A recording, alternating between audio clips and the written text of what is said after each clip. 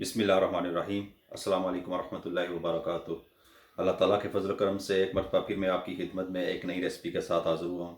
उम्मीद करता हूँ कि अल्लाह के फजल करम से आप भी जहाँ होंगे खैरियत के साथ होंगे।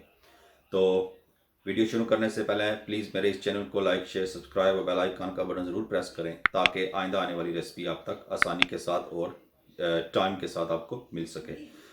प्लीज़ जब आप वीडियो देखें अगर अच्छी लगे तो इस कमेंट बॉक्स में कमेंट करके बताएं आपको कैसी लगी, और अगर आप कोई फरमाइश करना चाहते हैं तो वो भी कर सकते हैं। तो आज जो मैं रेसिपी आपके लिए लेकर आया हूँ, आज हम बनाने जा रहे हैं जिंगर बर्गर, जो कि बहुत ही फेमस है।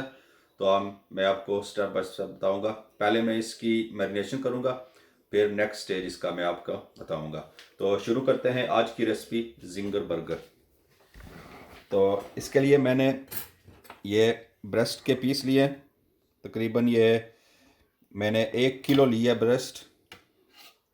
तो इसको अच्छी तरह धो के कांटे के साथ या जो भी आपके पास किसी चीज़ के साथ इसको आप ऐसे निशान लगा दें, कट्स लगा लें, ताकि जो हम मैरिनेशन करेंगे वो इसके अंदर तक भी चला जाए। या आपके पास जो स्पेशल एक चीज़ होती है जो मीट को एक हथौड़ी की शक्ल में उसके कहते हैं मैश टाइप, वो भी आप यूज़ कर सकते हैं।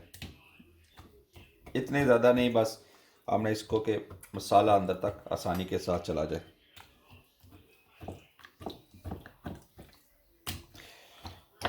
अभी मैं सबको कट्स लगा लेता हूँ।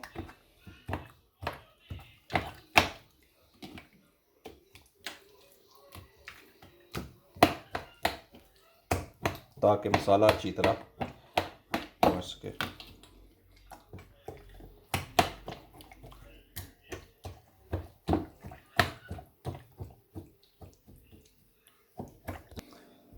कट्स मैंने लगा लिए इसमें। अब मैं इसमें शामिल करूँगा सॉल्ट। तकरीबन मैं हाफ़ टी स्पून सॉल्ट इसमें ऐड करूँगा। हाफ़ ही टी स्पून में इसमें रेड चिली पाउडर ऐड करूँगा।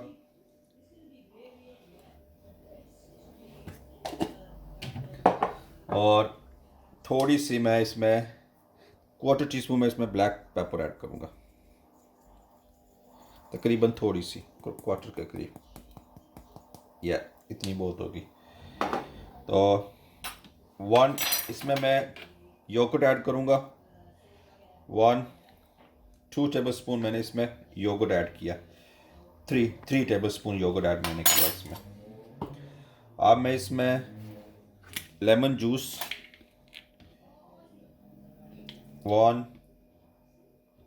2 टेबल स्पून मैंने लेमन जूस इसमें ऐड किया। और 2 टेबल स्पून मैं इसमें सोया सॉस जो है वो ऐड करूँगा।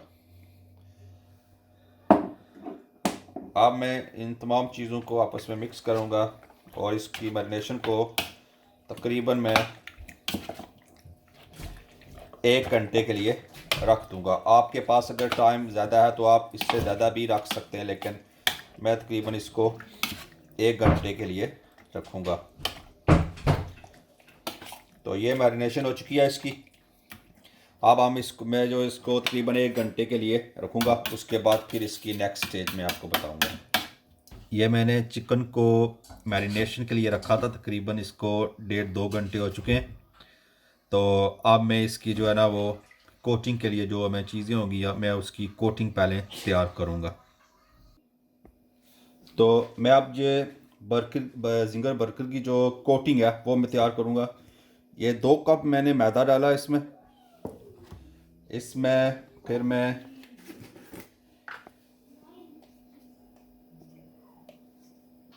4 टीस्पून मैं इसमें राइस फ्लावर ऐड करूँगा। 4 टीस्पून राइस फ्लावर गया इसमें। अब मैं इसमें कॉर्नफ्लावर 3 टीस्पून कॉर्नफ्लावर मैं इसमें ऐड करूँगा।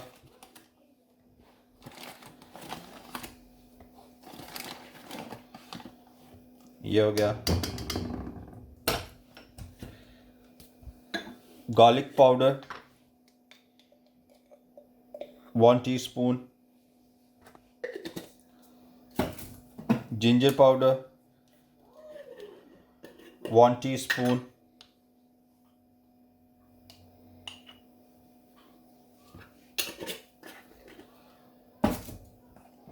chili powder 1 2, तकरीबन 2 टीस्पून जो है वो चिली पाउडर इसमें ऐड किया। नमक अपनी टेस्ट के मुताबिक मैं इसमें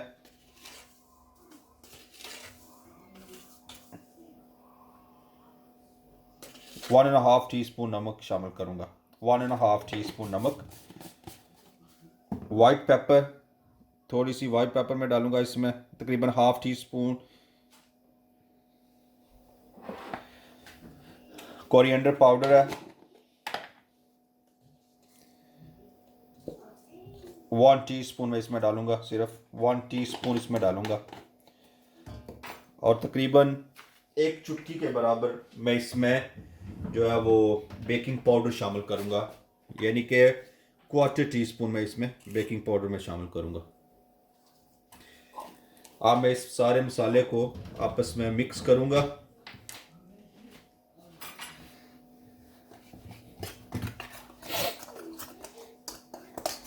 अच्छी तरह इसको मैं मिक्स करूंगा।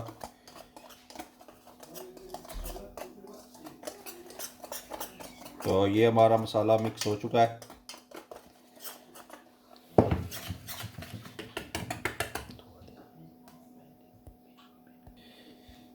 ये कोटिंग हमारी तैयार हो चुकी है। अब मैं ये अलग से 2 अंडे लूँगा।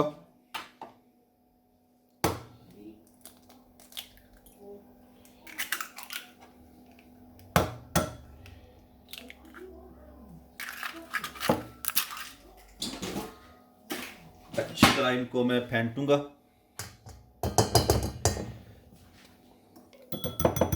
ये हो गया।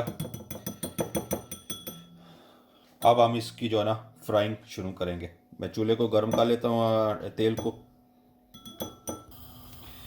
तो तेल हमारा तकरीबन गर्म हो चुका है।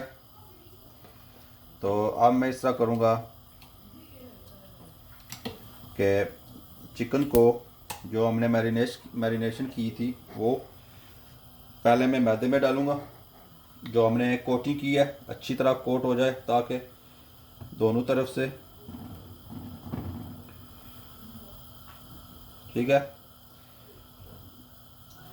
अब मैं जो मैंने अंडे फेंटे थे उसमें डालूँगा।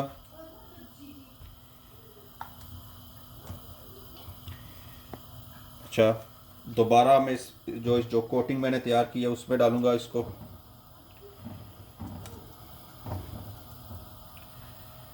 अच्छी तरह कोट करें।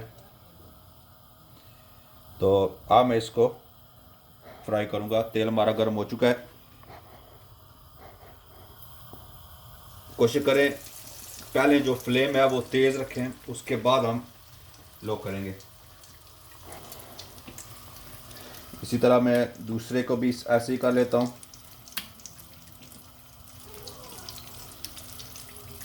ये मैरिनेशन एग में डिप किया, कोटिंग में,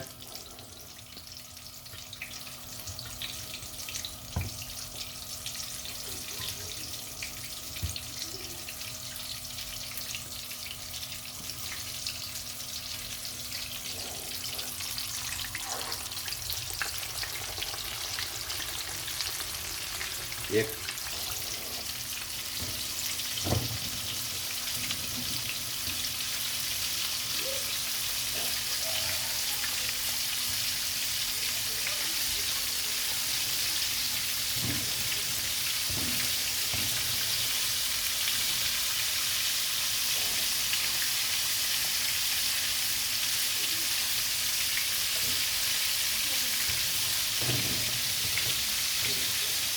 इसको भी मैं फ्राई करूँगा।